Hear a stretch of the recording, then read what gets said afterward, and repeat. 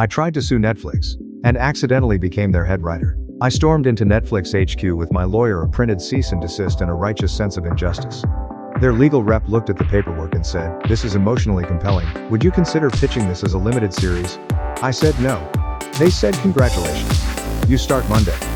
They gave me an office. It's full of fake Loopbringer merch I didn't approve, including a bobblehead of me holding a quantum burrito, a scented candle called Tears of Time, and a poster that says regret is just reverse hope.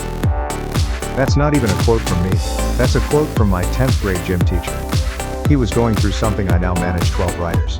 Their names include Jazz, who speaks only in plot twists, Glimmer, who used to write erotic fanfic for thermostats, and Dave Viviol, who believes he is season 3.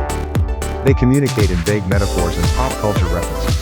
I once asked for a simple character arc. They gave me a chart shaped like a pretzel labeled The Descent into Burrito Consciousness. Also, they all worship Thorn Hyperion, the actor playing me, like he's a demigod. He sends us inspiration selfies every morning. One just said, "Channel the guilt, make it spicy." Network execs keep asking for increasingly weird ideas. Can the Loopbringer have a pet made of sadness? What if we kill you off but also introduce you in every episode as a different emotion? Can we do an episode entirely in slow motion, with no dialogue, but constant whispering? They also want a musical episode. I tried to say no, they greenlit it anyway. It's called Chrono Funk, the Ballad of Regret Velocity. Even worse, the Time Cult thinks I engineered all of this. They believe I infiltrated Netflix on purpose to propagate the sacred mythos. They sent me a fruit basket inside a scroll written in glitter gel pen, anointing oil, and a USB stick titled Episode Ideas from the Void. I opened it.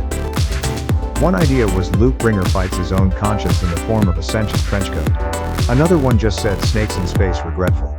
I'm putting both in season 4, so yeah, I tried to sue Netflix. Now I'm in charge of a mega hit version of my own life. I have 43 interns, 0 piece, and a deadline for something called Chrono Baby's Origins.